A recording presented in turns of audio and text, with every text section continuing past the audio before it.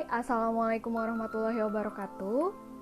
Di video kali ini kita akan belajar mengenai gerak pada tumbuhan. Sebetulnya, apakah tumbuhan itu bergerak? Kalau bergerak, apakah sama seperti gerak pada manusia dan hewan? Bisa berpindah tempat, bisa pergi kemanapun yang kita mau. Nah, untuk memahaminya, yuk kita bahas di video ini.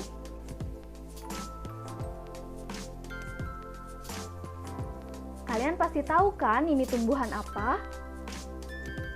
Ya, betul. Ini biasanya kita kenal dengan nama putri malu. Kalau kita sentuh, daunnya akan menutup. Nah, apakah gerak ini termasuk gerak pada tumbuhan? Kalau mau tahu, tonton videonya sampai selesai ya. Kalau kita bicara gerak pada tumbuhan, tentunya berbeda ya dengan gerak pada manusia dan hewan. Manusia dan hewan bisa bergerak bebas, berpindah tempat dari satu tempat ke tempat yang lain. Itu dikatakan sebagai gerak yang aktif. Sedangkan gerak pada tumbuhan dikatakan sebagai gerak yang pasif.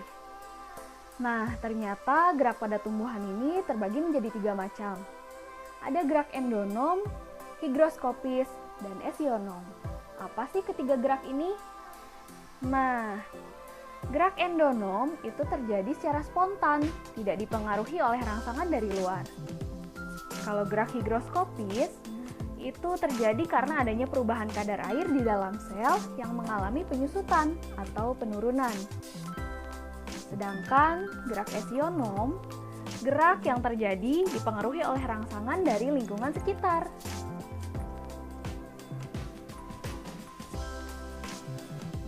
Selanjutnya akan kita pelajari lagi lebih detail mengenai gerak endonom, higroskopis, dan esionom. Yang pertama ada gerak endonom. Tadi dikatakan bahwa gerak endonom terjadi secara spontan, tanpa ada pengaruh dari lingkungan sekitar. Nah, contohnya ada pada gerak rotasi sitoplasma pada sel daun hidrilla. Nah, ini ada tanaman hidrilla nih, biasanya ada di akuarium-akuarium. Nah, gerak sitoplasmanya pada sel-sel daunnya itu terjadi secara spontan, tanpa ada pengaruh atau rangsangan dari luar. Selanjutnya ada gerak higroskopis. Dikatakan bahwa gerak higroskopis terjadi karena adanya penyusutan kadar air atau penurunan kadar air di dalam selnya. Contohnya, gerak pecahnya kulit buah polong-polongan dan membukanya dinding sporangium tanaman paku. Kalau kita lihat gambar ini ada gambar petai Cina atau lamtoro, kemudian ini ada kapas, dan ini ada paku, tumbuhan paku ya. Ketika masih muda nih, pasti kulit petai Cina ini warnanya hijau kan ya. Nah, lama-kelamaan terjadi penurunan kadar air di sel-sel kulitnya. Menyusut kadar airnya di selnya, kemudian warnanya jadi berubah coklat. Setelah kecoklatan, lama-lama semakin menyusut airnya, akhirnya mengering. Ketika mengering, kulit petai Cina ini maka akan terbuka kan ya, terbuka dengan sendirinya gitu. Nah, itu reaksi dari gerak higroskopis. Sama seperti pada tumbuhan kapas ini. Ketika mulanya warna hijau kulitnya, terjadi penyusutan atau penurunan kadar air, maka kulitnya berubah jadi coklat, semakin menyusut airnya, sampai akhirnya kulitnya pun terbuka. Begitu juga dengan sporangium nih. Sporangium itu kotak spora, ya, di dalamnya ada spora. Ketika kadar airnya menurun pada kotak spora ini, maka kotak sporanya atau sporangiumnya akan terbuka.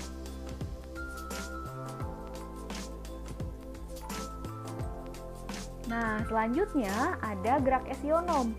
Ternyata gerak esionom ini terbagi lagi menjadi beberapa macam, yaitu ada gerak tropisme yang sangat dipengaruhi oleh arah datangnya rangsang. Jadi bergeraknya dipengaruhi nih dari arah datangnya rangsang. Kemudian ada gerak taksis. Gerak berpindah tempat seluruh bagian tumbuhan yang arah perpindahannya dipengaruhi jenis rangsang. Dan yang terakhir ada gerak nasti. Gerak nasti ini gerak tumbuhan yang arah geraknya sama sekali tidak dipengaruhi rangsangan dari luar.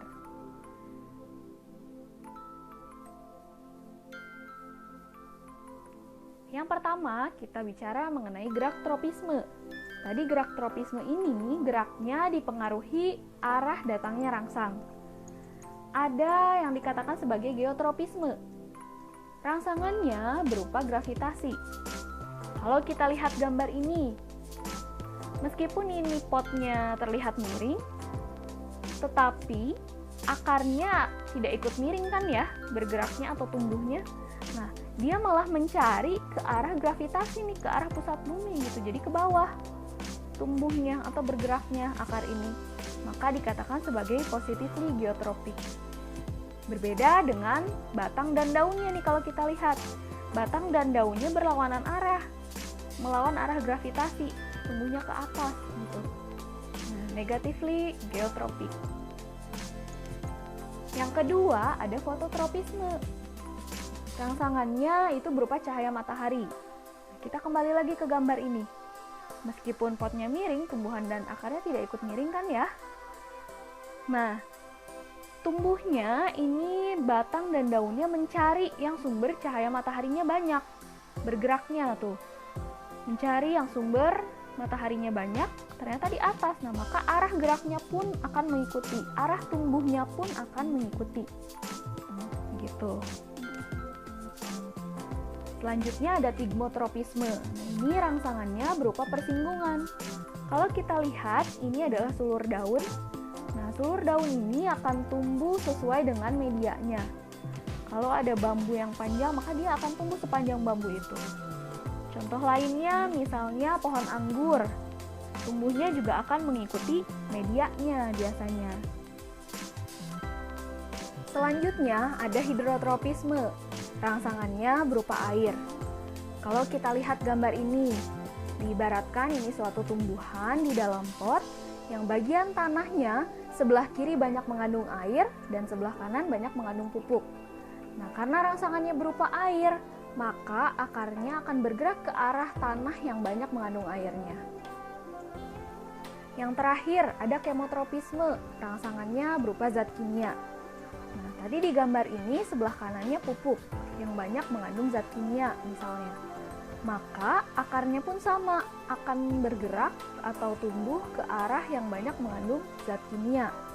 Itu pengaruh dari hidrotropisme dan kemotropisme. Nah, yang harus diingat, yang harus digarisbawahi, antara hidrotropisme dan higroskopis itu berbeda ya. Meskipun hampir sama namanya. Nah, kalau higroskopis tadi itu adalah gerak pada tumbuhan yang dipengaruhi karena adanya penurunan kadar air di dalam sel. Tapi kalau hidrotropisme ini bagian dari gerak tropisme. Meskipun rangsangannya juga sama berupa air. Selanjutnya ada gerak taksis. Pada gerak taksis ini terbagi menjadi dua. Ada rangsangan yang berupa cahaya dan ada yang rangsangannya berupa zat kimia. Jadi ada fototaksis dan ada kemotaksis. Tadi gerak taksis itu gerak berpindah tempat seluruh bagian tumbuhan yang arah perpindahannya dipengaruhi jenis rangsang. Contohnya pada fototaksis. Nah, ini ada gerak kloroplas yang pindah seluruh bagian kloroplasnya ke bagian yang banyak terkena sinar matahari, yang banyak memperoleh cahaya. Itu adalah contoh dari fototaksis. Contoh dari kemotaksis yaitu gerak sel spermatozoid tumbuhan lumut atau paku menuju sel telur. Dan yang terakhir ada gerak nasti. Gerak nasti ini arah geraknya sama sekali tidak dipengaruhi oleh rangsangan dari luar. Yang pertama ada fotonasti. Nah, geraknya dipengaruhi rangsangan berupa cahaya. Contohnya pada bunga ini. Ini adalah bunga pukul 4 yang biasanya mekar pada sore hari ketika cahaya matahari sudah mulai redup. Nah, tetapi arah geraknya tidak mengikuti arah datangnya cahaya matahari tersebut. Kalau mengikuti arah datangnya cahaya matahari bergeraknya atau mekarnya, maka itu dikatakan sebagai fototropisme karena mengikuti arah sumber rangsangannya. Yang kedua ada termonasti. Rangsangannya berupa suhu. Contohnya pada bunga sakura yang mekar ketika musim semi. Suhunya sekitar belasan derajat Celcius sampai 26 derajat Celcius. Yang ketiga ada Nyctinasti, rangsangannya berupa gelap. Ini adalah petai Cina atau lamtoro tadi. Ternyata daun lamtoro atau daun petai Cina pada malam hari dia akan menutup. Dan selanjutnya ada Seismonasti. Nah, ini yang dari tadi kita bicarakan mengenai putri malu yang ketika disentuh akan menutup. Jadi Seismonasti ini rangsangannya berupa sentuhan. Selanjutnya ada Chemonasti, rangsangannya berupa zat kimia. Dan yang terakhir ada Nasti kompleks, gerak yang dipengaruhi lebih dari satu macam rangsang. Contohnya pada stomata. Stomata ini bergerak membuka dan menutup karena ada rangsangan berupa cahaya dari sinar matahari karena membantu proses fotosintesis dan juga dari zat-zat kimia yang terlibat. Videonya sudah selesai. Kalau kalian belum paham, silahkan replay videonya. Kalau kalian suka videonya, like dan share ya. Jangan lupa subscribe. Terima kasih. Assalamualaikum warahmatullahi wabarakatuh.